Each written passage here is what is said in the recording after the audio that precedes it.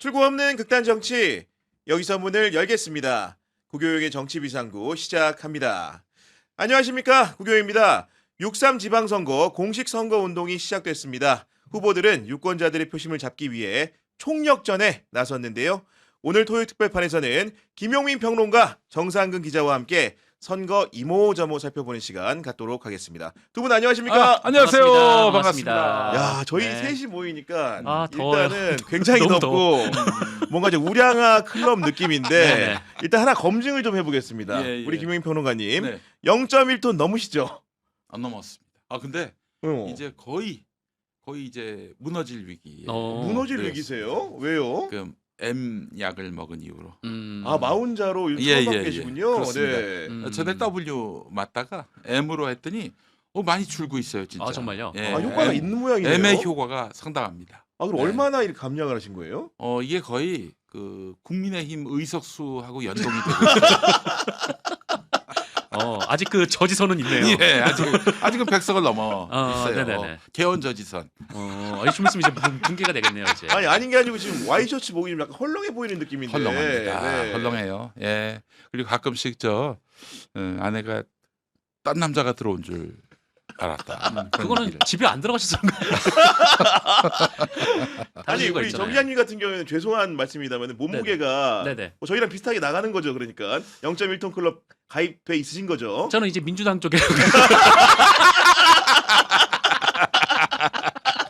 네. 셋 중에서 제가 제일 빼빼 마른 것 같아가지고 약간 그런 그렇습니다. 느낌 들게 되는데. 드디어 네, 이제 그 이루어졌어요. 이제 예. 빅 스피커들의 모임.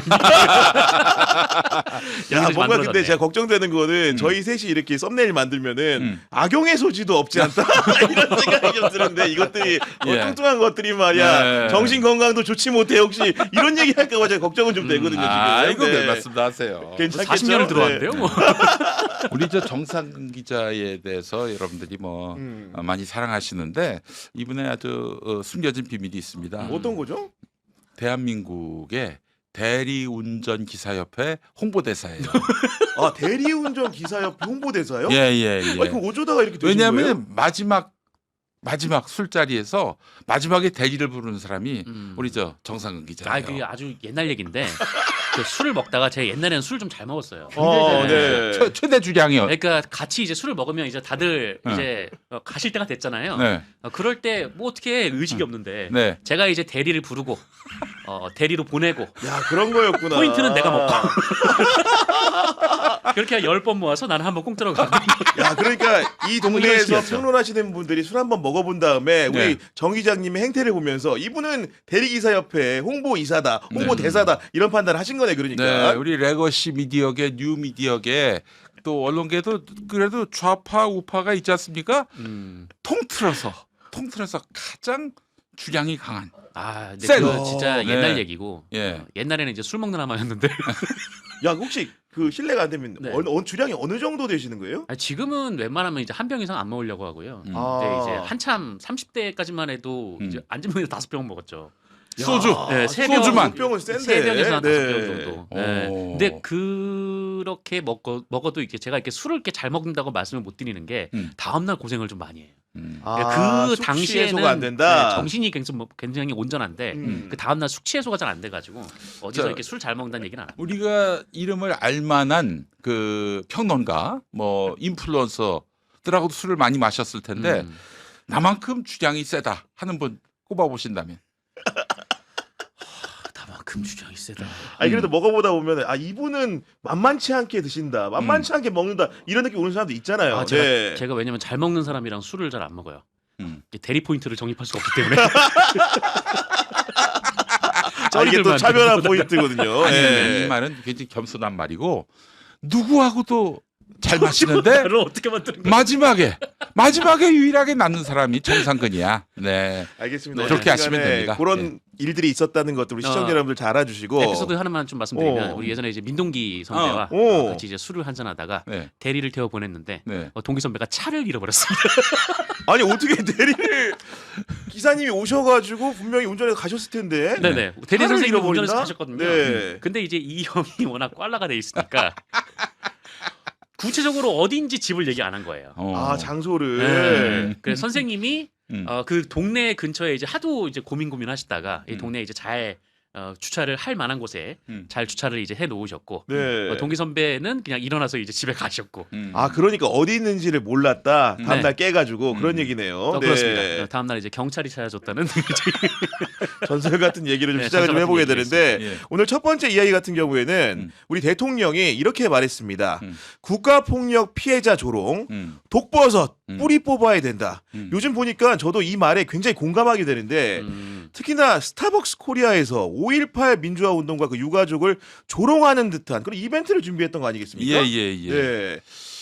이건 정말 어떤 우리가 상식과 정의의 기준점을 잃어버렸기 때문에 발생한 일이다. 저는 이렇게 생각을 합니다. 5.18 역사 왜곡 처벌법을 모르는 분들이 너무 많더라고요. 해당 뭐냐면은 법령을. 뭐 네. 이번 북한 군제 입살 이런 거 여러분 함부로 떠들면은 바로 처벌이 됩니다.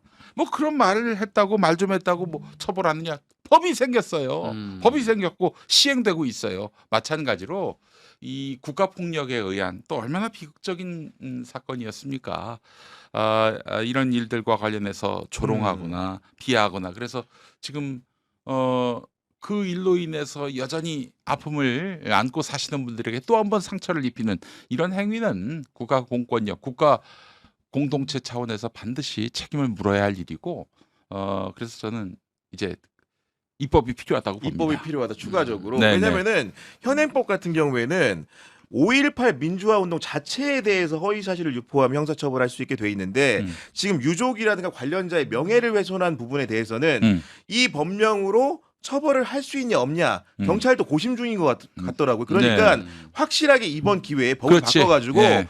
명확하게 우리 유가족들의 관련자들의 명예를 훼손한 행위에 대해서도 처벌을 해야 된다 이런 뜻 아니겠습니까 지금? 뭐 그렇죠. 뭐 어쨌든 뭐 이분들이 그냥 그렇잖아요. 이게 일종의 그들의 좀 놀이 문화거든요. 그러니까 굉장히 소수인데 이 사회적으로는 소수인데 본인들이 온라인 공간에서 활동을 하다 보니까 본인들이 다수처럼 느끼게 되고 본인들끼리만 그 놀고 있는 이 문화가 있는 건데 근데 이제 현실은 그들이 놀고 있는 세상과는 다르니까 이 현실이 어떤 건지를 좀 명확하게 좀 인식시켜줄 필요가 있다. 그것이 그러니까요. 네. 뭐 형사적인 방법이 좀 어렵다고 하면 그게 이제 민사적인 방법이든 뭐 징벌적 손해배상이든 좀 이렇게 좀 강하게 좀 매겨서 좀 인생은 좀 실전이라는 걸 좀 분명히 좀 보여줘야 될 것 같아요. 아니 근데 이건 추정의 영역이긴 합니다만은 물론 스타벅스 코리아의 발표 같은 것들을 보게 되면 아마 뭐 직원들이 이렇게 실수한 것이다 고의는 없었다 이런 식의 주장을 하는데 이런 의사결정이라는 게 사실 대기업에서 이루어질 때 말단 직원이 이렇게 하자고 해서 위에 상급자 그냥 사인하고 아무 검수 없이 하는 거 아니지 않겠습니까? 기가 막혀서 정용진 씨가 막 이 사태와 관련해서 보고받고 경로를 했다는 이 이야기를 듣고 실소를 금치 못했어요. 아니 그리고 뭐 직원들을 상대로 역사 교육을 시키라고. 전환기 씨 부르는 거 아니에요? 아 한국 사는 전환길이니까 지금. 네. 그렇지 않아도 전환기는 지금 정용진을 지켜야 된다 이러고 있어요 지금 스타벅스 코리아를 애국 커피로 만들어버리고. 네. 아이고, 정말 참. 아니 그런 생각 드는 건데 사실 그리고 이제 중간 관리자라고 하는 사람들이 아마도 연령대가 4050쯤 될 텐데 네. 4050이 이런 5.18의 탱크데이 이런 거 보면서 문제의식을 안 가질 수가 있을까요? 예를 들면 네. 2030의 민문화라고 하더라도 네. 이걸 검수하는 4050들은 뭔가 당의 위의 요인을 적발할 수밖에 없지 않았나 싶거든요. 네, 틀림없이 스타벅스 코리아도 그 스타벅스 코리아의 그 오너가 정용진 아니겠습니까? 정용진 취향에 맞춰서 기획을 했을 거라고 저는 생각을 합니다. 네. 그렇다면 정용진 씨가 반성하고 책임질 일이지 왜 그 밑에 직원들한테 그래요? 아니 그렇잖아요. 어느 회사든 오너가 좋아하는 그 취향에 발맞춰서 사랑받기를 원하지. 그 오너의 뜻을 거역해서 할 수 있겠습니까? 스타벅스 코리아에서 쉽지 않겠죠, 이렇게 당연히. 네. 민주혁명을 기념하고 뭐 그런 걸 하겠어요 거기서? 그러니까 이건 다 정용진의 오너 리스크의 결과물이다. 그리고 한 단면으로는 아까 이제 그 돌아가 보면은 2030 같은 경우에는 이런 조롱 문화라는 게 존재하니까 이거는 그런 거다라고 또 이게 쉽게 넘어가는 경우도 있는데 이걸 지금 바꾸지 않으면 이 사람들이 나이 들어서도 계속 문제가 되지 않겠습니까 이게? 어떻게 좀 해야 될까요? 확실히 그렇죠. 그러니까 지금 뭐 초등학생들도 좀 이렇게 이런 좀 일배 문화에 많이 좀 젖어 있기도 하고 또 최근에 어떤 래퍼가 또 노무현 전 대통령을 조롱을 했는데 거기에 또 유명한 또 래퍼들이 맞아요. 같이 네. 공연을 한다 그래서 그것도 논란이 좀 되지 않았습니까? 음. 그 저는 좀 그런 것 같아요. 그러니까 이게 뭐 어떤 분들은 뭐 역사 교육, 특히 이제 한국 근현대사 교육을 정말 한번 점검을 해보고 학교 현장에서부터 좀 교육을 시켜야 된다라고 하시는 분들도 있는데 저는 거기에 대해서 완벽하게 뭐 동의를 하는 편이지만 여기 하나 또 더해서 제가 사실 그 미디어 리터러시 자격증이 좀 있거든요. 아, 있어요. 그렇죠, 그렇죠. 네. 네. 좀 그런 게 있다 보니까 그러니까 이 미디어 리터러시 쪽 관점에서 그 미디어를 사용하는 교육. 그러니까 너희들이 어떤 커뮤니티를 형성하고 이 커뮤니티 안에서 너희들이 뭐 즐기는 건 좋지만 이 커뮤니티는 너희들이 살아가는 이 현실 세계의 아주 극히 일부분이라는 거를 어릴 때부터 좀 가르쳐야 되지 않을까. 네. 그 덴마크에서 이제 그 15세 이하는 이제 SNS를 못하게 금지를 아, 했거든요. 그렇군요. 네, 그게 이제 보통 12세가 기준이었는데 덴마크는 그걸 상향을 했어요. 근데 음. 여기서 그치는 게 아니라 덴마크에서 어떤 거를 하고 있냐면 아이들이 오프라인에서 어떻게 잘 어울러져 놀까에 대한 연구도 같이 병행을 하고 오프라인에 대한 있어요. 연구까지. 아. 네. 왜냐면은 그 어차피 세상에 살면 이제 동네마다 바보 한 명씩은 있고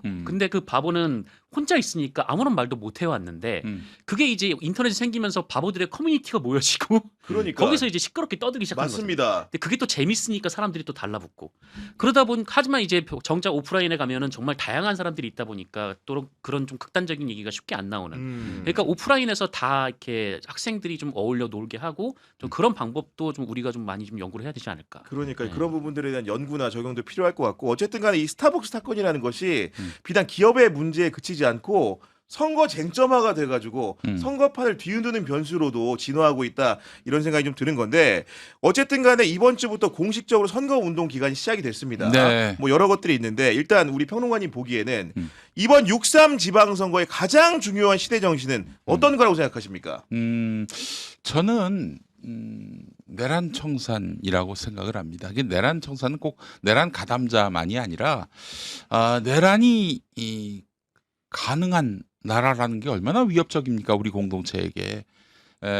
이 민주주의 헌정 체제에는 지켜져야 하고 국민의 상식과 정의감 그 머리 위에 있을 수 없다라는 것들이 확고히 뿌리 내리는 그런 계기가 됐으면 좋겠어요. 누구도 내란을 꿈꾸면 안 된다. 내란 꿈꿨다가는 쪼그라든다. 더 이상 국민들이 역할을 위임하지 않는다라는 교훈이 새겨지는 네. 그런 선거가 됐으면 좋겠다는 생각입니다. 내란 청산의 정신을 구현해야 된다, 실현해야 된다 이런 말 주신 거고 우리 정 기자님 보시기에는 이번 선거의 시대 정신 어떤 거라고 평가할 수 있겠습니까? 저는 이제 그 이재명 정부 1년 차니까 그 향후 이제 이재명 정부 4년이 어떻게 될 것인가의 이제 첫 가늠자. 네. 그러니까 어쨌든 이재명 정부가 뭐 기존 정부와는 다르게 좀 이제 뭐 국민 통합을 좀 바탕으로 좀 이렇게 민생에 직접적으로 영향을 줄 수 있는 좀 실용적인 정책들을 펴나가는데 이것을 지방 정부에서도 적용이 가능할 것인가? 그 여기에 좀 그 바로미터가 되는 좀 그런 선거가 될 그런 선거가 될 거라고 봅니다. 것이다 말씀 네. 주신 건데 네. 저도 하나만 더 추가하자면은 내란 청산이라고 하면은 어떤 특정 정당이 완승하는 뭐 그런 선거 결과를 기대한다 이렇게 해석하는 분들이 있을지 모르겠습니다. 저는 그거에 그치지 않고요. 내란은 안 된다라고 생각하는 여야 보수 여야. 진보를 넘어서는 오. 이 국가 공동체의 미래를 생각하는 사람들이 이제 확장적으로 결합하는 그래서 통합되는 그런 판이 만들어졌으면 좋겠다. 우리 정치판이. 그러니까 저는 내란에 동조하지 않는 사람들이 함께 운동장을 같이 쓰는 그런 세상이 열려야 한다라는 생각이에요. 예. 그런 그 가늠제가 될 만한 선거구가 제가 살펴보면 경기 평택을 정도가 될 것 같고 아까 통합의 정신을 말씀하셨는데 어쨌든 간에 지난 대선을 경유해서 이재명 대통령의 영입을 통해서 민주당이 후보가 된 사람이 김용남 후보인데 저 충청북도의 신용환 신용환 후보도 울산의 계신 거죠. 김상욱 이런 그렇죠. 분들도 네. 그 이야기할 수 있겠죠. 얘기할 수 있는 상황인데 일단 첫 번째로 평택을의 김용남 후보의 선거를 보고 있는 와중인데 저번에 보니까 선거사무소 개소식에 네. 우리 평론가님 다녀오시지 않았습니까? 네. 어떤 일이 있었는지 궁금합니다. 아니 저희 형님이에요. 용남이 형. 용민이 용남이. 형님입니다. 같은 용자 돌림이에요. 그러니까. 농담입니다. 농담이에요. 아니 저는 궁금했어요. 네. 그날 그 사무소 개소식에 민주당 지도부가 얼마나 올지도 관심이고 또 그 직근거리에서 조국 후보자의 개소식도 있었지 않습니까? 같은 날 시차를 달리해서 그래서 이제 평택의 민심은 어떻게 돌아가는지를 좀 살펴보려고 했는데 좀 또 이렇게 저렇게 들은 전언과 함께 판단해 보건데 조국 혁신당 쪽은 서울에서 많이 오셨고 여자 김용남 후보 사무실은 평택에 있는 민주당 의원들이 많이 모였다. 물론 이제 사실은 조국 혁신당이 평택을에 기본적인 지역 기반이 없어요. 이번에 또 뭐 평택시장이니 뭐 시의원이니 혹은 뭐 평택시를 기반으로 한 도의원 후보니 거의 없거든요. 그래서 그럴 수밖에 없는 구조가 있겠다 하는 생각이 들었는데 네. 김용남 후보는 확실히 한번 국회의원 한 적이 있었잖아요. 10여 년 전에. 경험이 있습니다. 예, 네. 뭐 보궐선거로 돼서 그 초선이 이제 전부인데 경력에 그 뒤로 계속 떨어졌고 수원시장 선거에도 나갔다가 본선에서 간발의 차로 떨어졌고 여러 번 떨어지고 난 뒤에 김용남의 모습은 10여 년 전 그때 검사를 그만두고 그때 손학규를 잡았어요. 심지어는. 그렇죠. 네. 그 오만 방자했던 그때 때를 다 벗고 완전히 네. 이제 국민들에게 여러 번 이제 호되게 이렇게 심판을 받고 나서 이제 정말 천운으로 이번에 그 공천 받아서 나오게 된 거 아니에요? 정말 민주당스러운 정치인이 됐다라는 생각이 그랬군요. 들더라고요. 그 개소식에서 많은 분들 만나셨을 텐데 네네네. 일단 김용남 후보도 인사를 따로 좀 하셨습니까? 네, 했습니다. 예. 뭐라고 말씀하시던가요? 너무 예. 반가워하시더라고. 너무 예, 반가워하시면서 예, 네. 사실은 저 온라인에서 또 제가 열심히 떠들고 지지하고 뭐. 전화 연결도 꽤 했잖아요. 그렇죠, 보면은. 그렇죠. 네. 자주 했죠. 한 10년 전만 해도 대척점 무지하게 씹었지. 이로 말할 수 없이 씹었고. 실제로 방송하면서도 그런 적 있어요? 그런데 2022년 네. 수원시장 경선 때 그때 저는 또 김준혁 네, 의원과 김준혁. 그런데 그 김준혁 의원이 그때 이제 수원시장 나가려고 했었거든. 결국 이재준 시장한테 졌습니다만은 네. 경선에서 그때 경선 단계에서 저 김준혁 후보하고 같이 열심히 김용남을 씹었는데. 뭐 세상은 변하는 거니까요. 예, 뭐 그럼요. 세상은 변하는 거예요. 언제 어떻게 알 수 없는 겁니다. 몇 년 뒤에 또 김어준하고 손잡고. 야, 형 영상 다 정전해놓을 거야. 저장을 다 해놓을 거야 내가. 아니 우리 정 기자님 같은 경우에는 김용남 후보랑 이렇게 네. 방송 같이 해보신 적 있어요 혹시? 방송은 저는 방송은 실제로 아니고. 뵌 적은 그러니까 지나가면서는 뵌 적은 있는데 실제로 같이 뭘 해본 적은 없군요. 네, 그러니까 같이 방송을 네. 해보거나 그런 적은 없어요. 김용남 후보를 보면서 떠오르는 이미지 같은 게 좀 있어요 혹시? 김용남 후보를 보면서 최근에 떠오르는 이미지는 안윤상 씨의 이미지가 성대모사. 너무 기가 막히게 따라하셔가지고. 예, 예. 네. 특징점을 잡아가지고. 네. 이번에 정말 이제 정치인 김용남의 이미지가 좀 많이 바뀐 것 같다는 생각은 들어요. 이제 특히 이제 최근에 좀 이제 시민들을 만나고 선거 운동하는 모습들을 그동안 이제 민주당 지지자들이 못 보셨을 거 아니에요. 왜냐하면 반대쪽에 계셨으니까. 그렇죠, 그렇죠. 네, 최근에 오셔서 이제 선거 운동 하시는 영상들을 보면은 음. 굉장히 좀 진정성 있게 다가가시려고 하고 또 비를 홀딱 맞고 서 계셨던 그 모습도 그렇고. 최근에 공개됐죠. 네네. 네. 그것도 그리고 좀 뭐저 조국 후보의 그 네거티브 공세에 그렇게 뭐 날석에 뭐 반응하지 않고 그렇게 뭐 질린다 이런 표현을 쓰긴 했지만은 뭐 그는 뭐 공격이라고 볼 수는 없겠죠. 근데 조국 후보가 얼마나 공격할 거리가 많습니까? 그럼에도 불구하고 굳이 그렇게 뭐 과거에 당신은 이러지 않았냐라는 이런 대응은 하지 않고 있는 걸로 봐서는 확실히 단수가 높은 네. 그런 정치를 하고 있다 이 생각이 들었어요. 아니 우리 평론가님 근데 풍채가 이제 있으시기 때문에 그날 현장에서 이제 최진봉 교수님과 인터뷰도 했고 네네. 김용민 평론가 왔다 이 정도 네. 사람 인식했을 것 같은데 네. 그 현장에 네. 민주당 지도부도 다 왔잖아요. 다 왔어요. 혹시 우리 김용민 평론가를 보고 음. 뭐 이야기를 나눈다거나 뭔가 훔친 놀라는 사람들 없었습니까? 제가 정확히 정청래 대표를 찝어서 피해 다녔습니다. 피해 다녔어요. 참 너무 현피에 약한 스타일이. 그러니까 현장에서 직접 만나면 좀 두려운 점이 있어서 일부러 네네네. 왔지만 뭔가 네. 이렇게 마주치지 조용히 않으려고 있었습니다. 했다. 네. 고개 푹 숙이고 있었고. 예. 그때 혹시 뒤에서 소리 이렇게 내시고 이런 건 아니었죠? 예. 아, 저는 네. 왜냐하면 저도 이제 선거에 한번 나갔다가 네. 그때도 그 면전 앞에서 제가 이제 후보로 나왔던 그런 때에 나한테 망신 주는 걸로 해서 쾌감을 느끼는 분들이 너무 많았어요.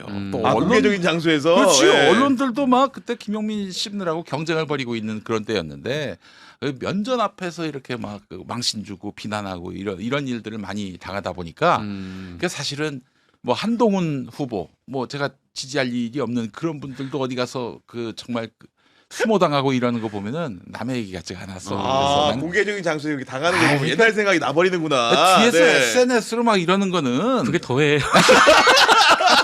참 말로 해요 그냥.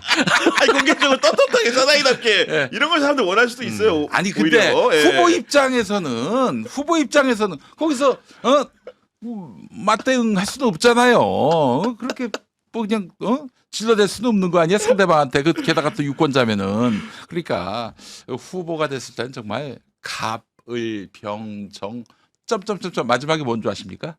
개. 개. 아, 무기경 그때 쪽 개가 가서. 되는 거야 그때는 후보가 되면 개가 되는 거예요. 그 유권자는 절대적 갑이 되는 거고. 아니 그 말을 듣다 보니 한동훈 후보까지 언급하다 보니까 혹시 국민의힘 상당수의 그 후보자들에게도 이런 안쓰러운 감정을 그럼요. 평소에 좀 느끼고 계신 거네요. 그럼요. 그러니까. 어디 가서 네. 수고당하면은 남들은 낄낄대고 좋아하고 그러는데, 아니 뭐 저는 그것도 가능하다고 봅니다. 유권자가 언제 이런 권력자들 후보자들 앞에서 큰 소리 치고 또 이렇게 네. 이런 말하자면 내가 주권자다라고 그걸 과시하겠어요.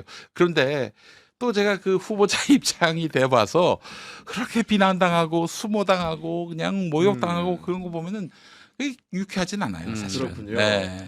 어쨌든 간에 평택의 선거가 이렇게 뭐 활기차게 돌아오고 있는 상황인데 격전지로 여겨지고 있는 거고 이런 가운데 조국 혁신당의 주국 후보가 그 민주당에 있는 김용남 후보와 그 진보당의 김재현 후보를 상대로 해가지고 공동 공약을 발표 이런 제안을 했는데 그런 제안의 이유는 좀 뭐라고 생각하십니까? 어쨌든 뭐 본인 그러니까 조국 대표 같은 경우에는 그러니까 민주진보 진영의 좀 뭐라고 할까 좀 대표 주자가 되고 싶어하는 그런 좀 마음이 있으시고 그러다 보니까 이번 선거를 좀 이렇게 좀 통합적으로 좀 치러내야겠다라는 좀 그런 마음에서 또 이런 공통 공약 좀 이렇게 뭐 포지티브 경쟁도 한다 좀 이런 걸 보여주고 싶었던 것 같은데. 근데 다만 그동안에 좀 이렇게 네거티브 전략이 좀 과했었기 때문에 좀 이게 그 일반 유권자들 혹은 이제 민주당 지지자들에게 이렇게 잘 받아들여질 수 있을까? 아하, 좀 민주당 그것도- 지지자들에게 네네. 네. 그것도 좀 의아해요. 왜냐면은 아까도 말씀하셨지만 그 조국 대표가 이제 김용남 후보가 이제 민주당 후보로 지목된 이후에 이제 지속해서 이제 뭐 네거티브 공세를 좀 펼쳐왔었거든요.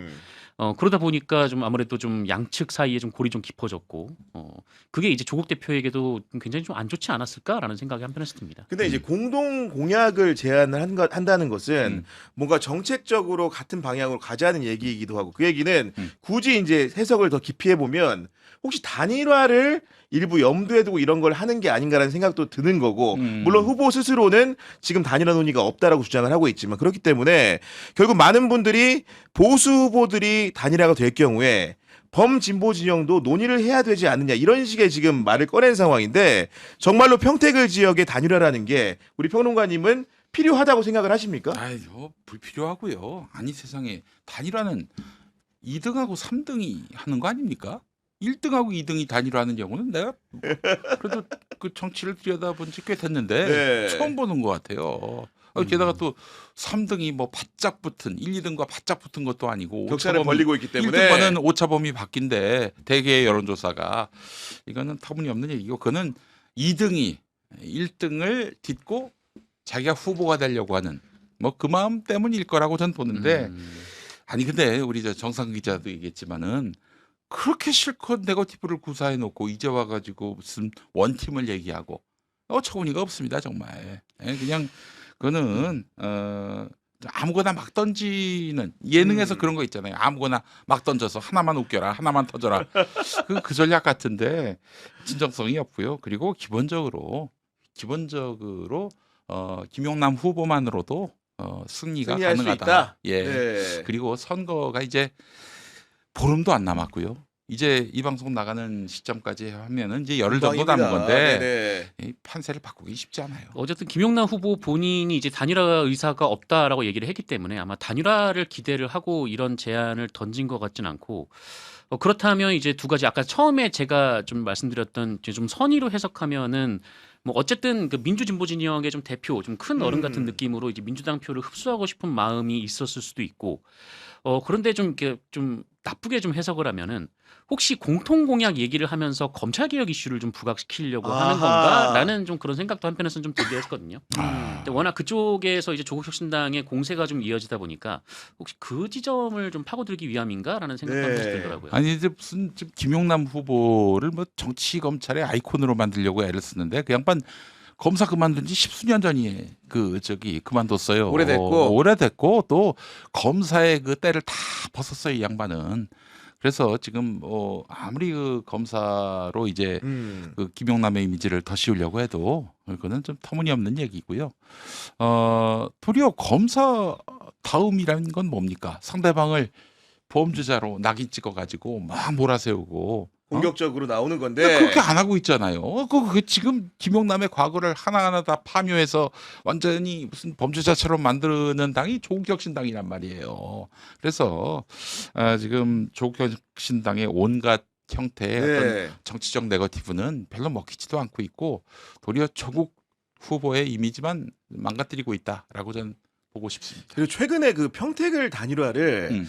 그래도 가장 빈번하게 언급하는 스피커를 찾으라고 한다면은 아마도 뉴스공장이 이제 김어준 공장장일 것 같은데 김어준 공장장이 단일화 얘기를 자꾸 꺼낸 이유는 좀 어떤 배경이라고 보십니까? 자, 근데 사실은 말이죠. 이건 팀 김어준이란 말 많이 쓰잖아요. 김어준 일행이라고 또 말하는 사람도 있고 그런데 팀 김어준이 크게 이 평택을 판을 짜면서 설계한 게 아닌가 하는 생각이 들어요. 아, 설계를 했다. 4월 29일에 채널A에 김용남 후보가 나왔는데 단일화는 없다라고 정청래 대표로부터 이야기를 들었는데 다만 단일화 논의가 이른바 이제 범민주 진영 안에서 나오게 되고 뭐 한마디로 거스를 수 없는 대세가 되고 대의가 된다면은 그때 당이 나서겠다라고 얘기했어요. 그거를 언론들이 별로 주목을 안 했는데 저는 딱 꽂히더라고요. 아, 꽂혔다? 요거 이 단일화를 나중에 하려고 단일화는 조국으로의 단일화를 하기 위한 팀 김어준의 일원인 정청래 대표가 이렇게 이야기한 것 아니겠는가 그 마음에 일단을 비친 게 아닌가 이런 생각이 들었고요. 5월 7일에 JTBC 장르만 여의도 네. 거기에 정청래 대표와 가장 가까운 정치적인 어떤 동지 관계를 넘어서서 거의 패밀리나 다름없는 김현 의원이 나와가지고 단일화 해야지요.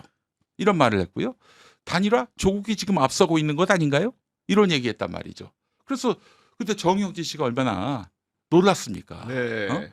그래서 아니 당연히 민주당 정치인은 그 김용남으로 단일화 얘기해야 되는 것 아닌가 그렇게 또 반문을 제기를 제기하고 하고 그러니까 네. 또 그 자리에서 김현 의원이 수습하듯이 제가 민주당이다 뭐 이러면서 이제 당연히 김용남으로 뭐 단일화돼야 된다는 식으로 이 수습이 되는 흐름이었는데 이때는 제가 확실히 마음을 네. 느낌이 왔다. 마음을 이제 굳혔죠. 요거는 이제 정청래의 생각이다. 왜 김용남을 공천했을까? 거기다가 그러니까 김용남하고 조국의 맞상대로서 김용남을 이렇게 내세운 거는 저쪽 당에서 온 김용남 그리고 이쪽 진영에서 그 말하자면은 큰 역할을 맡았고 뭐 하여튼 여러 가지 사연을 안고 있는 조국 하면은 결국 마지막에 단일화판이 열리면 조국으로 쏠리지 않겠는가 하는 게 정청래의 구상이었다고 저는 봐요. 민주개혁 지지자들의 방향이라는 게. 네. 그러다가 이제 그 투표용지 인쇄 시점 즈음에서 후보 이제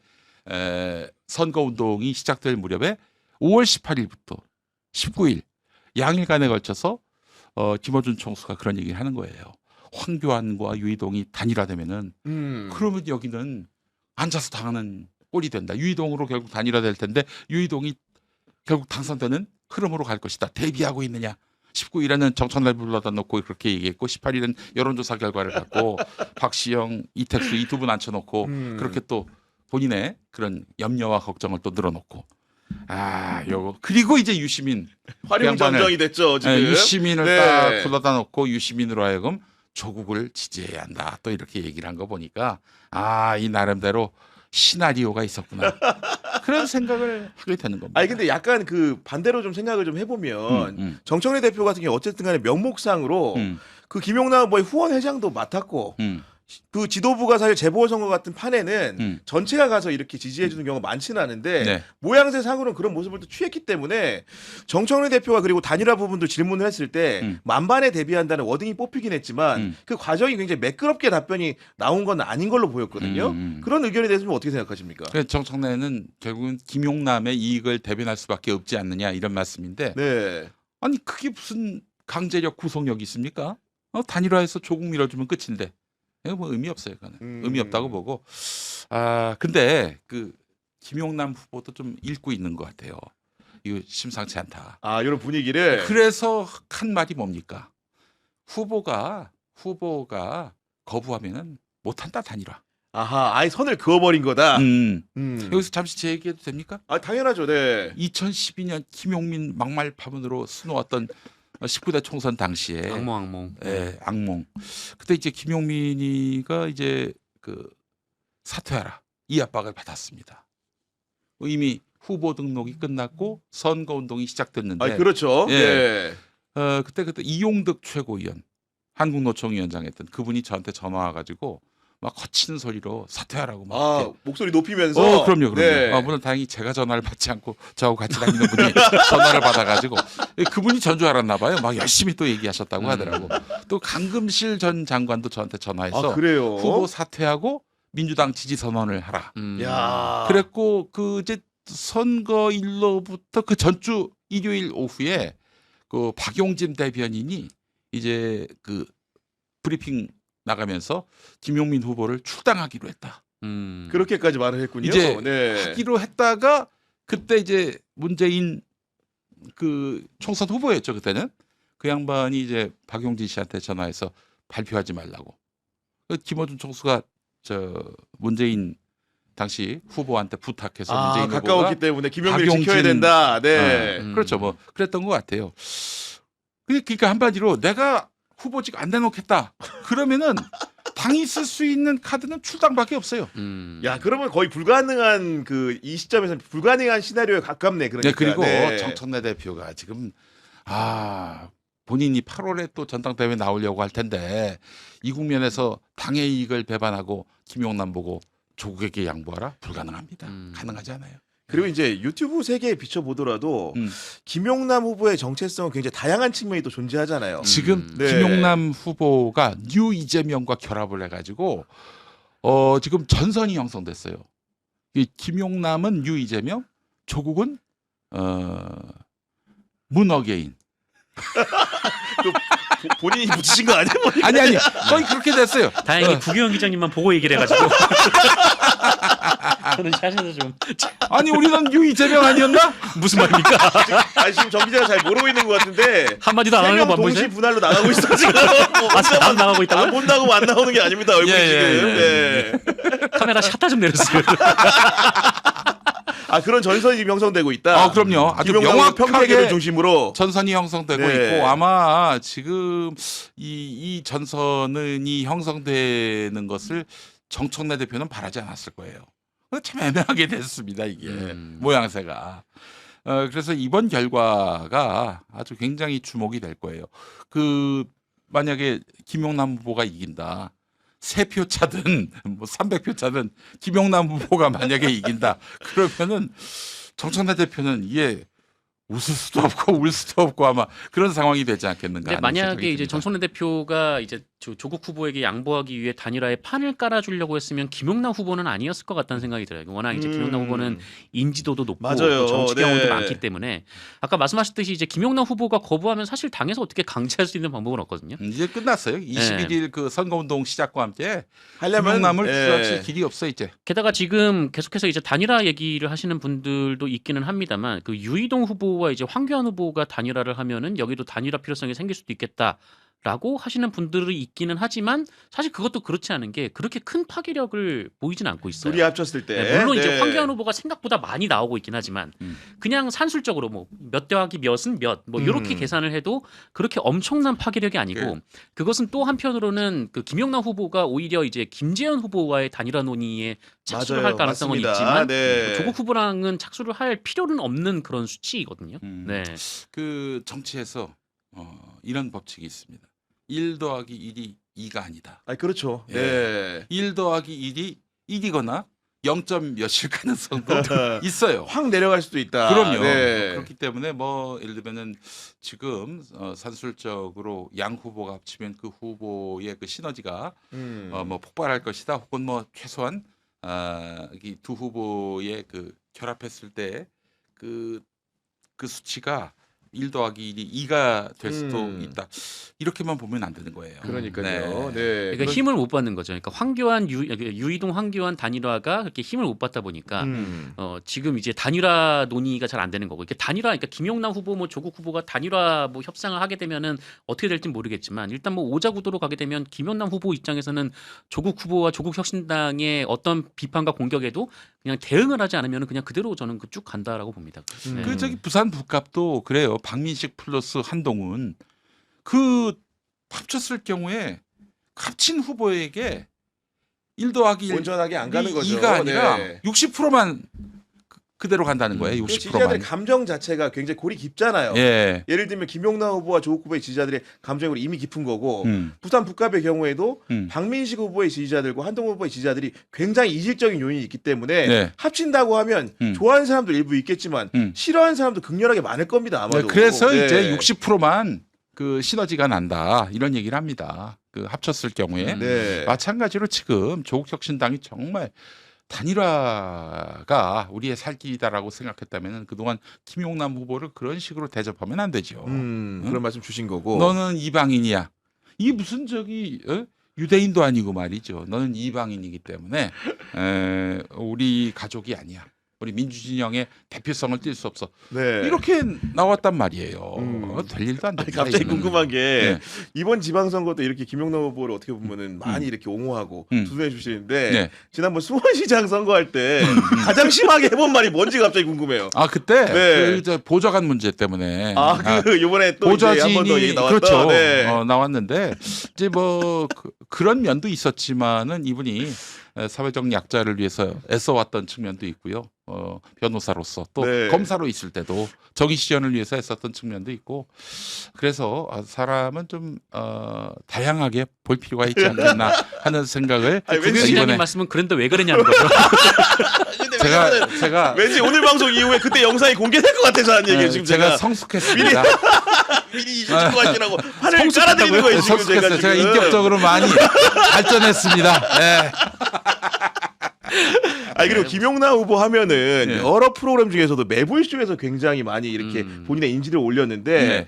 그러다 보니까 이제 매부 이슈 같은 경우에는 과거 이현주 의원을 대화할 때하고는 굉장히 다른 느낌은 있어요. 공평하게 출연의 기회도 보장을 하는 것 같고 그러면 김용남 후보가 뭔가 해명하고 변수할 수 있는 기회도 주는 느낌인데 좀 어떻게 보고 계십니까? 제가 재작년에 김용남 전 의원을 처음 이 스튜디오에서 만나서 대화를 나눴어요. 그 이전만 해도 엘리트 의식 가득하고 기득권 의식 쩔고 예전에 김용남 후보 그것도 이제 네. 보좌관을 그렇게 뭐 이렇게 막 막대했다는 뭐 그런 썰도 이제 내가 머리에 뒷받침 박혀 있고 아니 뇌에 문신으로 새겨졌어. 네.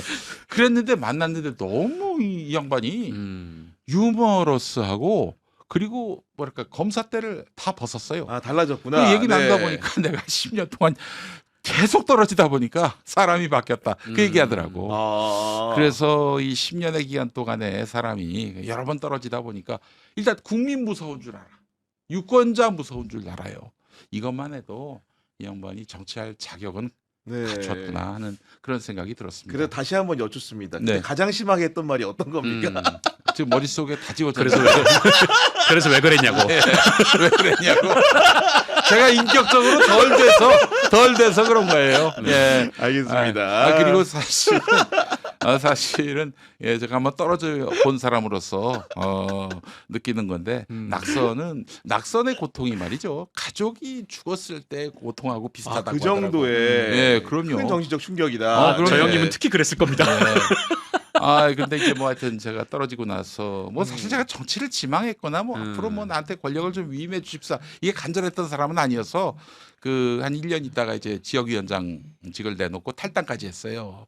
그리고 그냥 다음에 계속 그냥 지역위원장 지키면서 다음 총선에 나오면 될 것이다라고. 왜냐면은 그 간발의 차로 졌어요. 아니, 제가. 맞아요, 맞아요. 예, 기억납니다. 예, 그래가지고 할 수도 있었는데 아니, 저는 이제 정치를 지망할 생각이 추호도 없었던 거고 사실 이제 와서 솔직히 말씀드리는데 그거는 이제 그 제가 출마를 하게 된 거는 내가 무슨 뭐 풍운의 꿈을 안고 이 노원 발전을 위해서 뭘 어떻게 해보려고 했다기보다는 그 정봉주 전 의원 지역구를 일단 내가 지켜야 되거든. 딴 놈이 와서 생각을 어떻게 하냐 이거. 위원장을 하면은 주저앉아버리지 거기. 주저앉지.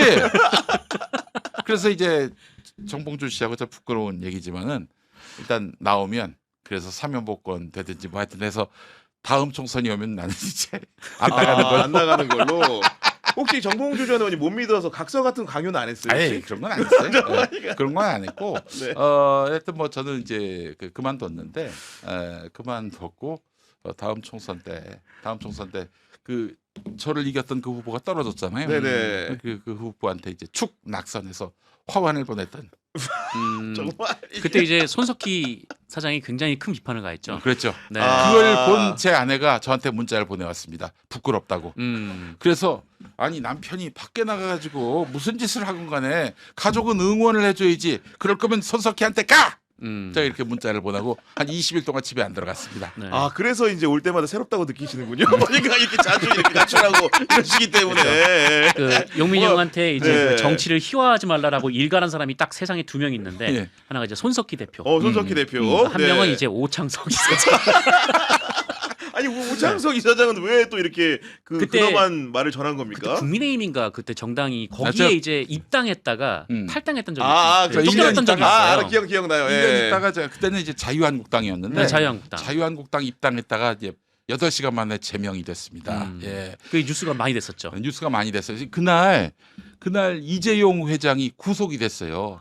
하필이면 네. 제명된 날에 그런데 SBS 8시 뉴스가 그 뉴스도 다르고 나도 내가 입당한 소식도 앞에 한 헤드라인 꼭지로 뉴스로 예. 단신도 아니고 그 꼭지로 꼭지로 다뤘어. 다뤘어요. 기자 예. 리포트로 내 욕성도 나가고 그랬었어요. 근데 그날 너무 슬픈 일이 있었는데 손학규 전 대표가 그때 국민의당에 입당을 했습니다. 네. 그 뉴스 빠졌어.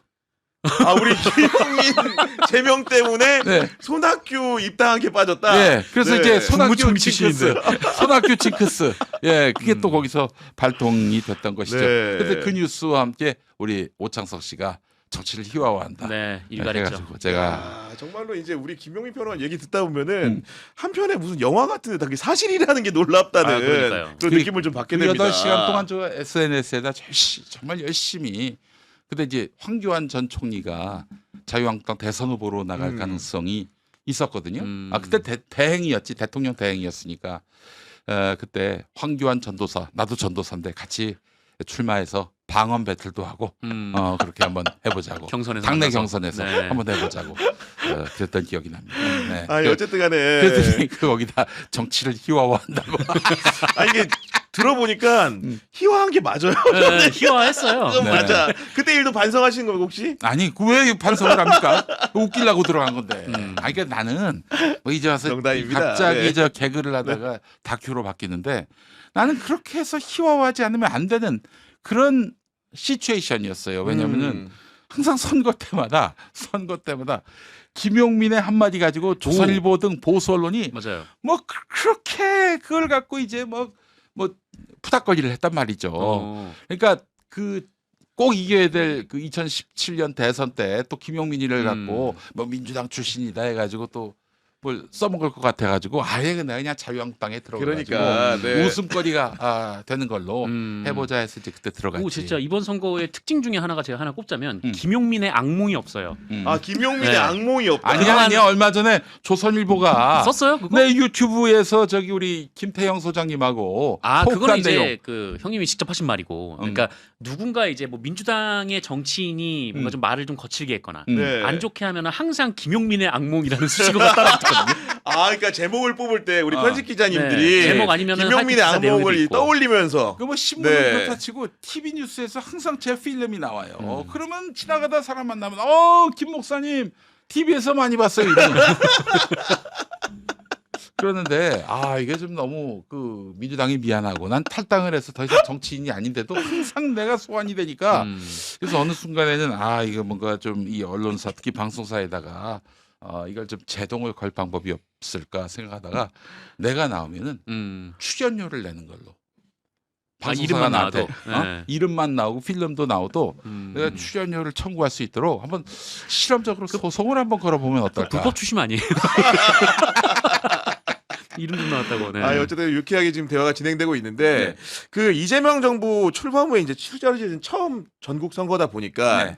그 국정 운영에 대한 평가 성격도 상당히 크지 않습니까? 네. 우리 두 분 보시기에는 이재명 정부 1년 가장 잘한 일 좀 어떤 거라고 생각하십니까? 이재명 정부의 1년을 보면서 기존이랑은 가장 달랐다라는 걸 느낀 게 그 어떤 이슈든 공론장에 올라오는 게 굉장히 저는 좀 신기했어요. 공론장에 올라오는 거. 네. 그러니까 이게 뭔가 어떤 이슈 뭐 이를테면 이번에 이제 삼성전자 관련된 사태도 그렇고 하여튼 뭐 외교 관련된 문제도 그렇고 근데 과거에는 어떤 이슈가 나오면 그것을 이제 찬반으로 나눠져서 굉장히 좀 격렬하게 다투는 좀 그런 양상이 좀 많았거든요. 근데 이재명 정부가 출범한 이후에 이게 참 신기한 게 대통령이 SNS로 어떤 논쟁거리를 딱 던지면 그게 이제 맞아요. 논쟁이 네. 되니까 그게 뭐 더 나은 결론이 도출될 때도 있고 이번에 특히나 좀 그런 거죠. 그러니까 뭐 체험학습, 아이들의 수학여행 뭐 이런 부분들도 지금 계속해서 논의가 계속 이어가고 있는 중인 거잖아요. 그래서 이게 참 신기하고 어쨌든 기존의 대통령들과는 좀 다른 초식의 차이점이다. 네, 어떻게 보면 좀 대단하다 좀 그런 생각도 듭니다. 우리 평론가님은 어떤 게 제일 잘한 성과 같으세요? 이 부동산 자산을 주식 시장으로 돌리려고 한 것. 저는 이게 이재명 정부의 1년 성과의 킬포다. 킬링 포인트다. 네, 저는 이렇게 생각을 합니다. 음. 그렇기 때문에 주식 시장이 지금 8,000선을 왔다 갔다 하고 있잖아요. 맞아요. 네. 네, 이거는 사실 역대 정부도 감히 상상도 못했던 일들 아니겠어요? 윤석열 자. 때 2,500 정도 아니었습니까? 그 1,000선을 네. 넘을 때가 노태우 정부 때였고 2,000선 넘을 때가 노무현 정부 때였고 3,000선 넘을 때가 문재인 정부인데 음. 4,000, 5,000, 6,000, 7,000, 8,000 다 이재명 정부의 계속 성과예요. 네. 물론 이제 뭐 반도체에 너무 치우친 것이다라고 이야기들 하지만은 그러나 다른 분야에도 다른 어떤 시장에도 이렇게 확산이 되고 있는 흐름이란 말이죠. 그래서 또 국민성장펀드가 또 나왔잖아요. 좀 대박 났습니다. 저는 이것만 해도 상당 부분 정의를 세운 것이다라고 생각을 합니다. 아니, 부동산 네. 시장은 그 부동산 소유자만 논하는 거예요. 그런데 이제 주식은 시장 참여자들에게 모두 득이 되고 덕이 되는 일 아닙니까? 부동산 가격 오르면은 피눈물 흘리는 계층이 있습니다. 근데 주식값이 오른다고 피눈물 흘리는 사람들이 있습니까? 다 좋아하지. 그렇지 않습니까? 예, 그런 의미에서 이것만으로도 이재명 정부에 대해서 호평을 할 네. 충분한 근거는 마련됐다. 아니 우리 평론가님은 워낙 이제 이재명 대통령에 대한 자기 확신이 강한 분이니까 네, 그렇다서 친다고 한다면 대통령이 주식시장을 어떻게 개선하겠다, 네. 주가를 올리겠다고 했을 때 당연히 신뢰를 가졌을 것 같고. 상법 개정부터 시작해서 그러면 혹시 본인의 자산을 어떻게 지금 투자하고 계신지 굉장히 궁금해지거든요. 오늘 함정 많이 파네. 저는 지금도 자신 있습니다. 김용민 이름으로 한번 지금 주식 거래를 하고 있는지 한번 보세요. 없어. 안 하세요? 예. 정부를 못 믿어서 아니면 아니면 반명. 형수님이. 아내가 하는데 아내가 만약 이혼하자 그러면 저 거지가 됩니다. 자산의 나는 상당 부분이 없어. 완전한 거지야 거지. 그 영수님한테 가 계시기 때문에. 예, 그렇습니다. 이게 차명으로 돌려놓으셨구나. 차명이라니 소리 하고 있어. 차명이 어디 있어 차명이? 예. 아니 그러면 주식이 있긴 있는데 네. 그 비상장 주식이고 그 뭐 무슨 기부나 후원에 가까운 주식 시사인에 그 처음에 그런 뭐 것들 주식 낸 거 100만 원 냈나? 그 기억이 안 나요. 어쨌든 못 받을 거예요. 네. 팔리지도 않을 거예요. 그것도 주식이라면 주식이네요. 네. 그런 건 하나 있어요. 아니 네. 그럼 가정경제 전체는 이번에 그 주식 화랑을 통해 가지고 뭔가 좀 부흥이 되고 있는 겁니까? 어떤 덕보고 겁니까? 있어요. 네. 덕보고 있어요. 제가 교회를 가잖아요. 네. 우리 교인들도 뭐 몇백씩 수익이 났다고 좋아하시더라고요. 앉은 자리에서 몇백씩 수익이 났다고 그러니까. 쉬운 일이 아니죠. 네. 그러니까 저희 교회에 오면은 교인들이 뭐 선거운동이나 이런 건 안 하지만은 아주 정치적으로 색깔이 거의 동일합니다. 아니 혹시 그러면 이제 예. 우리 그 평론가님의 음. 정치적인 색깔도 이제 교인들 다 알고 있을 거기 때문에 아니 그걸 모르고 교회 나오는 분도 있습니다. 당연히 그럴 것 같은데 그게 혹시나 이제 그런 주식시장의 화랑의 문제라는 것이 네. 헌금으로도 이어지는지 굉장히 궁금하거든요. 그 생각은 못 해봤네. 이 사람들이 아니, 자기들 뭔가 모아놓고 복댐이 뭔가 좀 따라오는 것 아니 같은 아니 이런 느낌. 헌금하신 분이 있었다고 어. 했어요. 예, 뭐 근데 우리 교회는 뭐 무슨 헌금으로 뭐 이렇게 뭐 교회를 키우거나 그럴 계획 자체가 없는 곳이기 네. 때문에 말았으면 저렇게 하시지만 저 교회 와이파이 비밀번호가 계좌번호입니다. 야 이거 진짜 노골적이네 이거 보니까. 계좌번호를 아, 입력해야 진짜예요? 돼요. 와이파이 아, 입력해야 진짜예요? 돼요. 네. 와이파이 이거 이름은 너무 무슨 노골적이다, 은행이에요? 이거는. 신한은행 네. 계좌고 아이디가 신한은행 계좌고 패스워드가 바로 그 계좌 번호입니다. QR 코드도 못 찍게 해놨어요. 직접 입력하라고. 아 우리 정상 기자님 같은 경우에는 네. 주식 투자를 좀 하시는 거예요, 어때요? 저는 원래 안 했는데 네. 이재명 정부 출범하고 음. 남아있는 잉여금을 모두 털어서 음. 네, 삼성전자 주식을 샀습니다. 오. 야 삼성전자 잘했네. 주식을 네, 그때가 이제 6만 원대 6만 원대? 그렇습니다. 야 그러면 상당 부분이 거부를 축적했을 가능성이 높은데요. 거부를 추적했지만 당시에 잉여금이 많지가 않았어요. 아주 소량을 매입을 했었기 때문에. 야. 근데 그래도 갖고 있었으니까 이게 처음에 살 때는 그 소액이었는데 지금은 이제 소액이 아니게 돼 버렸어요. 지금 지금 뭐 곱하기 몇 배입니까, 그러면? 6만 원대 샀으면. 네. 뭐 많은 분들이 얘기하기로는 이른바 대장주라고 불리는 주식 많이 비싸졌지만은 지금이라도 들어가는 게 이득이다. 그런 얘기가 나올 지경. 이재명 정부가 4년 남았기 때문에. 네, 예. 네. 정말 이 주식의 활황세가 계속 이어져서 음. 많이 넘어가고 이래버리면은 진짜 누가 농담처럼 하는 얘기로 대통령 한 번 더 하라 이런 얘기 나올 수도 있겠어요. 예. 이런 부분들이 아마도 선거를 치르는 지역 그 주민들에게도 전파가 될 것 같은데 음. 지금 여러 가지 평택을 얘기했지만 부산 북값도 잠깐 얘기 주셨는데 북값 상황을 두고 최근에 그 여론조사가 심상치 않다라는 뭐 진단들이 있는데 그 의견에 대해서는 좀 어떻게 생각하십니까? 한동훈 후보가 추세적으로 뭐 조금 올라간 거는 맞는 것 같아요. 근데 어쨌든 이제 보수의 표심이 이게 좀 지면은 안 된다라는 표심들이 좀 한동훈 후보에게 쏠린 것 정도이고 뭐 그게 이제 만약에 단일화 없이 계속 이제 다자구도로 간다면은 그 하정우 후보 당선에게 큰 영향을 줄 수 있을까 뭐 그런 싶은 생각은 듭니다. 왜냐하면 네. 지금 여론조사 추세상으로는 좀 붙기는 했지만 지금 북갑의 여론조사가 너무 많거든요. 너무 많다. 네, 그러니까 그 공식 선거운동 개시가 21일인가 그랬는데 그 전후에서 그러니까 그날 많이들 발표를 몰려서 하니까 했죠. 네. 한 17일에서 19일 사이에 거기 여론조사가 한 5-6개가 돌아갔더라고요. 4-5개가.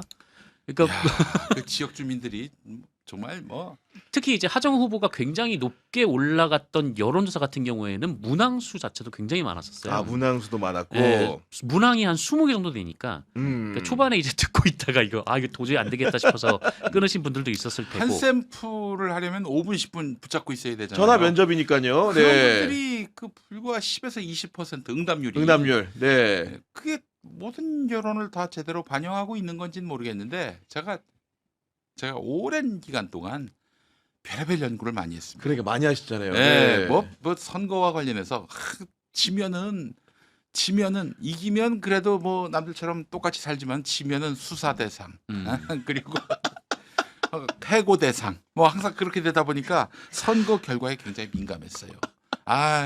아직도 또 그때가 생각이 나네. 저 이명박 정권 들어서고 그러니까 고초를 크게 겪으셨죠. 저 라디오 그때는. 네. 고정으로 들어가기로 했는데 그래서 5시에 이제 6시 나갈 프로 원고 다 보내고 이제 일어섰는데 전화가 온 거야. 당신 아웃됐다고 오지 말라고. MB 아웃이 아니라 용민 아웃 됐죠. 용민 그러니까 네. 아웃됐어요. 그래서 그래서 제가 선거 결과에 굉장히 민감하고 음. 여론조사 결과 보고 낙관했다가 지고 또 실패한 경우도 있고. 비관했다가 오락 활짝 오르는 경우도 나왔네. 있고. 어떻게 이런 일이 발생할 수 있지를 한 거의 10수년 동안 네. 연구해 온 사람입니다. 그럴 근거를 통해 가지고 제가 갑자기 또 불현듯 질문이 질문에 답을 하라고. 평소에 네. 여론조사 꽃의 그 결과를 굉장히 열심히 살펴보시는지 궁금합니다. 이제 갖다 버려야 됩니다.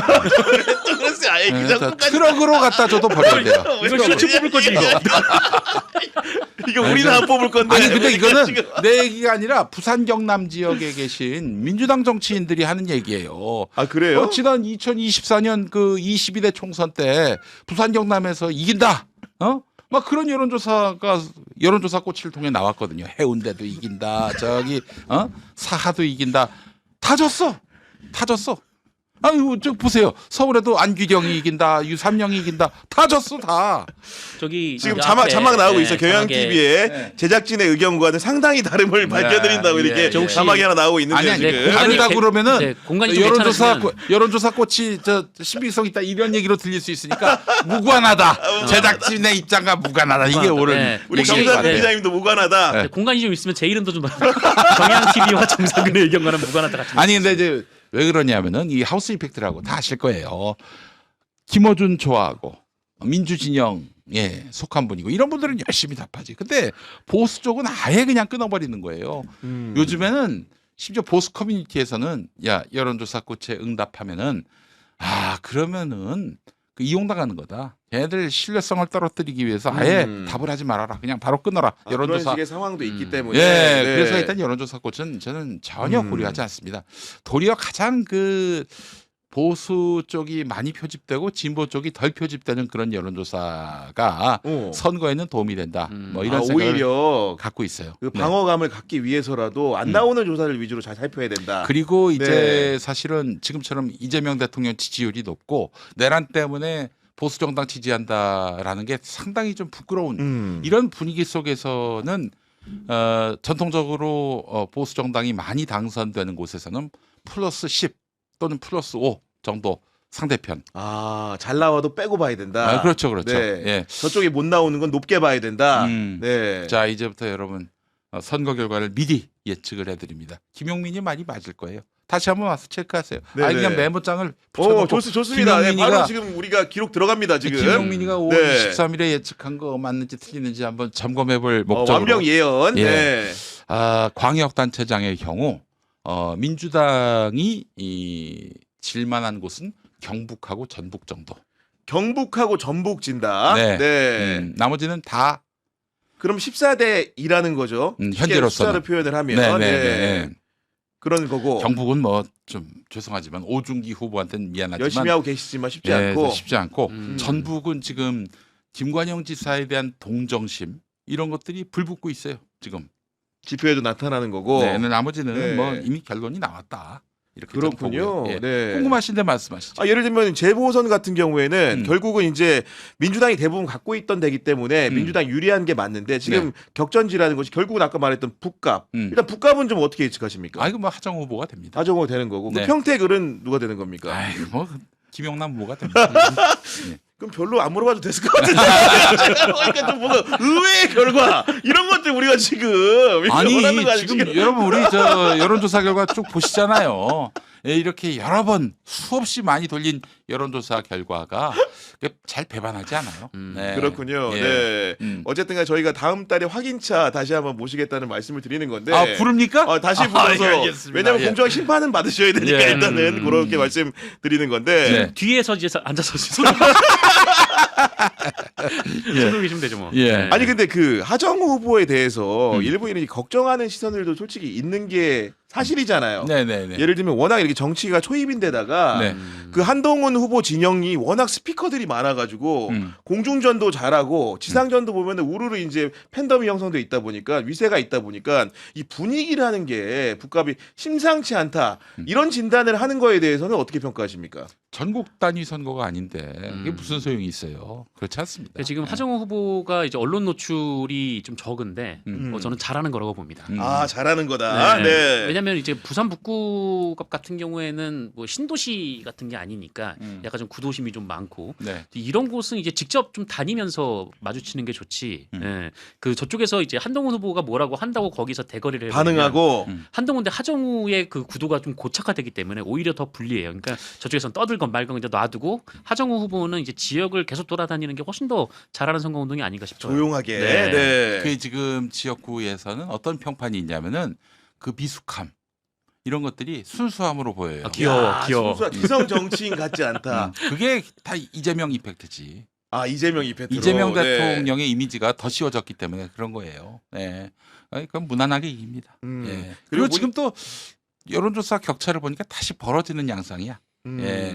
붙었다가 다시 벌어지는 양상입니다. 그리고 하정 후보한테 이제 지역 주민들이 가장 많이 이제 하는 말이 전재수가 엄청 잘했다는 말이래요. 그러니까 전재수의 그렇죠. 후광 효과를 톡톡히 누리고 있는 것 같고 결국은 이제 전재수의 조언에 따라서 움직이는 거 확실히 맞는 것 같아요. 그러니까 조용하고 낮은 자세로 미디어 노출을 줄이면서 선거운동하는 것 자체가 전재수 후보가 추천하는 방식대로 선거운동을 하고 느껴지는 거고 또 하나 특성이 늘 수첩에 많이 적어둔대요. 그래서 하정우의 수첩이 또 유명해지고 있답니다. 그러니까 지역 주민들의 민원이나 여러 가지 그 개선 사항들 같은 것들을 네. 꼼꼼하게 빼곡히 적고 있다. 그 수첩에 모든 것이 담겨 있다. 이런 얘기도 하던데 그런 실질적인 선거 운동을 하정우 후보가 하고 있는 게 아닌가 네. 이런 생각이 들고 야, 또 전재수 후보가 머리가 이제 좀 백발이 많이 섞여서 네. 나이가 꽤 있는 것 같은데 그 양반 같은 나이대의 연예인이 그 고소영 씨. 아, 그래 고소영 씨가 전재수 후보랑 동갑이에요? 72년생. 그렇군요. 네. 유재석 씨도 그럼 동갑이네요. 김건희도 동갑이고. 갑자기 그 왜?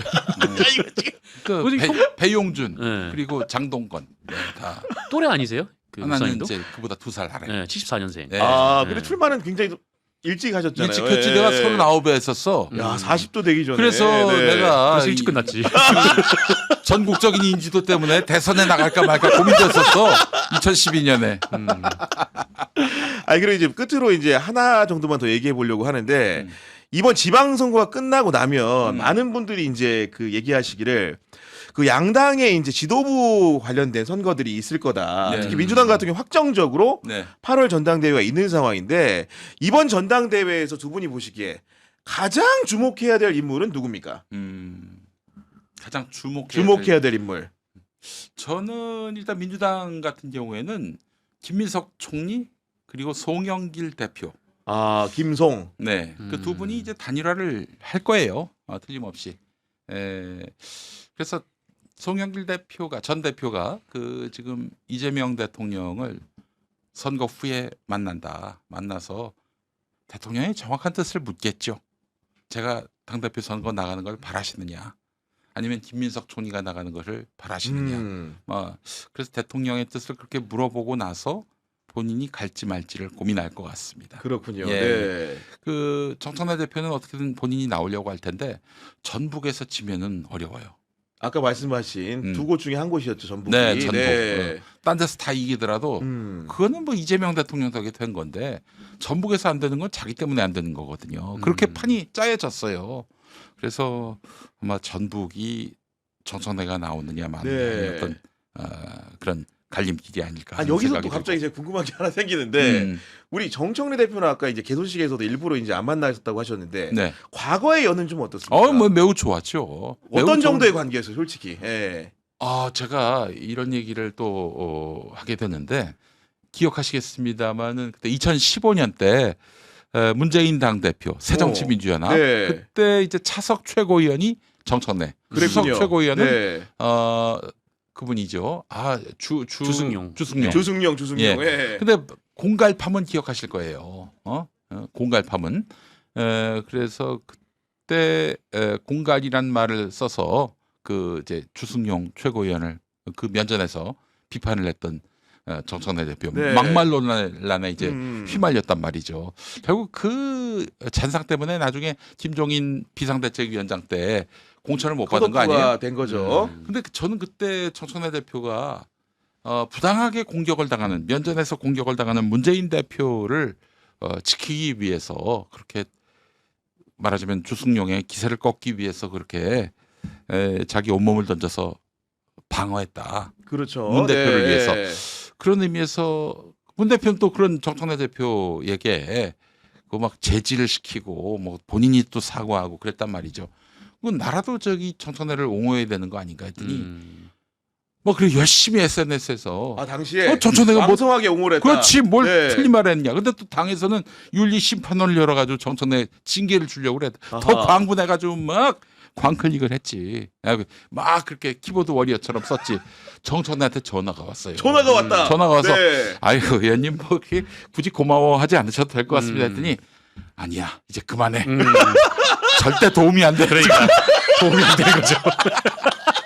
김용민이 하면 할수록 이게 지금 막말이 더 쉬워져 그렇지. 보니까 더 막말 정천회와 김용민이 상승 커플링 효과가 커플링 돼가지고. 왜냐면 좀 잔잔해져야 되는데 계속 올라가고 계속 올라가고 그러죠. 야 그러면 그때 그런 서운한 전화를 받고 나서 나는 정청래라가 나 도저히 안 될 것 아예 같다. 그렇진 않았지. 그럼 어떻게 된 거야? 그 이후에 어떻게 아니 된 그 거야? 이후에도 그게? 계속 정청래 대표를 옹호했고 그리고 그 나중에 낙천돼 가지고 고통받을 때는 정말 따로 보기도 하고. 아이고 그 양반에 대해서 뭐 거의 뭐 그 대하 드라마 같은 서사를 썼지. 이렇게 당을 위해서 희생하고 아, 그랬군요. 헌신하고 네. 이런 정청래를 우리가 외면하면 안 된다. 뭐 이런 얘기도 네. 있었고. 근데 지금의 그 관계 설정이라는 거는 뭔가 표면적으로 이제 평론하신 것만 보면은 정청래 대표를 소원하다는 느낌이 좀 많이 드는데 그건 왜 그렇게 된 거예요? 팀 김어준이라서 그런 거지. 아, 내가 보기에 그건 용납이 안 되기 때문에. 아예 지금 김어준 편에 서서 음. 쉬운 정치를 하려고 그러면은 절대 그분을 옹호할 수가 없어요. 쉬운 정치 하려고 하는 거 아닙니까? 그분이 사실은 내내 비주류였습니다. 맞아요. 기억하실지 그건 맞아. 모르겠지만 예. 노무현 대통령 때는 정동영 그렇죠. 장관 네. 쪽에서 함께 정치를 했어요. 그 캠프에 같이 있었던 사람이 이재명 대통령 음. 아닙니까? 내내 이 대통령은 비주류였다가 이제 본인이 스스로 노력해서 개척해서 시장, 도지사, 대통령이 된 건데 정청래 대표는 아마 2016년 총선 때 그 낙천되고 나서 좀 충격이 컸던 것 같아요. 그 다음부터는 거의 뭐 팀 김어준의 일원이 돼서 그런 말까지 나왔잖아요. 거의 김어준하고는 주종 관계다.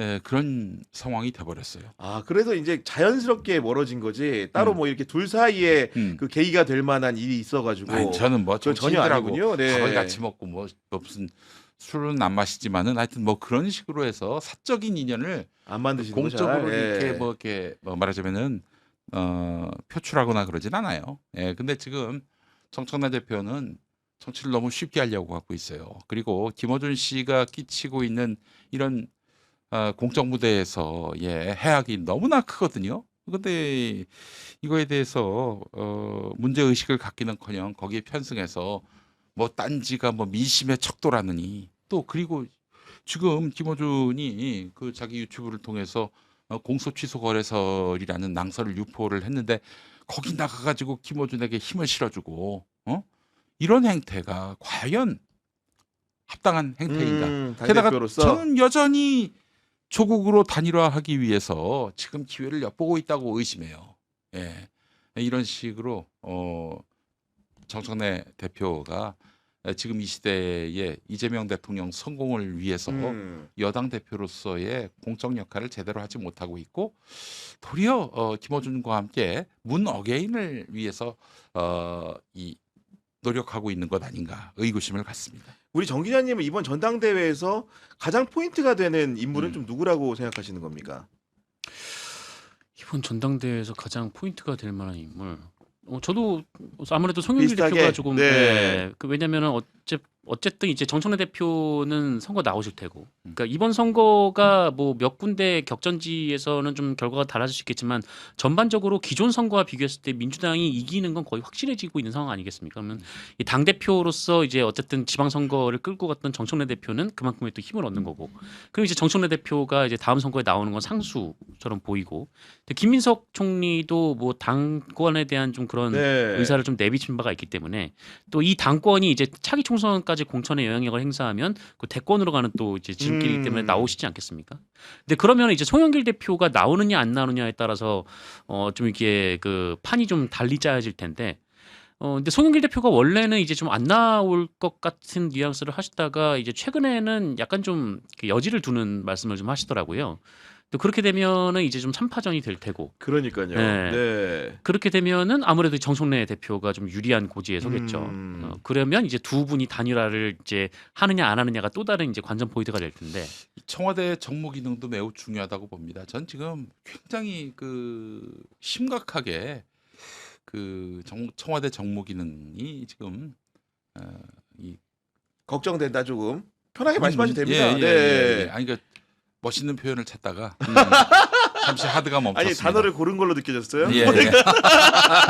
SNS 할 때처럼 그냥 막 걱정 우려는 아닌데 뭘로 해야 되지 이런 느낌이었거든요 지금. 아 그런 거 보니까. 없어요. 저는 뭐 이런 말을 했을 때 이런 글을 썼을 때 닥쳐올 불이익에 대해서는 별로 관심이 없는 사람입니다. 예, 그래서 비용도 많이 썼어요. 그래서 소송도 당하고 그랬는데 아니 지금 대통령의 뜻이 무엇인가 당에 제대로 전달이 안 돼서 당이 그냥 헛발질을 하는 경우도 많이 있었거든요. 아니 여당이 잘해야 이재명 정부가 성공할 수 있습니다. 정부 혼자 잘한다고 될 일이 아니에요. 그래서 청와대가 부당하게 또 당무에 개입하면 안 되겠지만, 안 되겠지만 대통령의 네. 뜻이 좀 정확하게 전달됐으면 좋겠다. 저는 그런 차원에서 보면 지금 홍익표 정무수석의 역할이 좀 상당히 아쉽다. 그래서 가끔씩 또 엉뚱하게 대통령 뜻이 전달되는 바람에 괜히 논란이 되고 시비거리가 되고 그냥 그런 지나갈 적도 일도 그렇죠. 네. 이것도 참 교감이 잘 안 되는 거 아닌가 하는 생각도 들고 말이죠. 네. 예. 그것도 알겠습니다. 정청래 대표도 몇 번 사과를 했습니까? 아 이거는 좀 심각한 거예요. 지금 하나 하나가 얼마나 중요한 지금 초석을 다지는 건데, 예 그래서 좀 이 전당대회도 전당대회지만은 대통령과 청와대 사이에 소통 기능이 좀 회복됐으면 좋겠다. 어쨌든 간에 지방선거를 계기로 해가지고 또 한 번 당청 간의 소통의 가교를 제대로 정립하는 시간이 되길 바라면서 오늘 방송을 마무리하도록 해야 되는데 네. 왜 좀 걱정되는 건 왜일까요? 뭐가 걱정되는 거예요? 뭐가? 아니 농담하는 겁니다. 제가 지금 많은 짤들이 또 이렇게 생성되지 않을까라는 생각을 해보면서 아, 짤생긴 김용민- 건 좋은 거 아닙니까? 좋은 김용민 거죠. TV로 달아주세요. 김용민 TV. 알겠습니다. 그러면은 이거는 김용민 개인의 생각이다라고 내내 60분 아니, 내내 아니, 자막을 아니. 그렇지 띄워놓으시면 않습니다. 아니 저희 출연자 의견을 김용민이가 나올 때마다 존중합니다. 이렇게 이거 달고 다니세요. 이거 이건 나만의 생각일 뿐. 개인의 생각입니다. 알겠습니다. 네. 지금까지 김용민 평론가님, 정상은 기자님과 함께했습니다. 경향TV는 내일 오후 4시에 인물비상구로 돌아옵니다. 여러분들의 많은 관심 부탁드리면서 오늘도 긴 시간 시청해주셔서 감사합니다.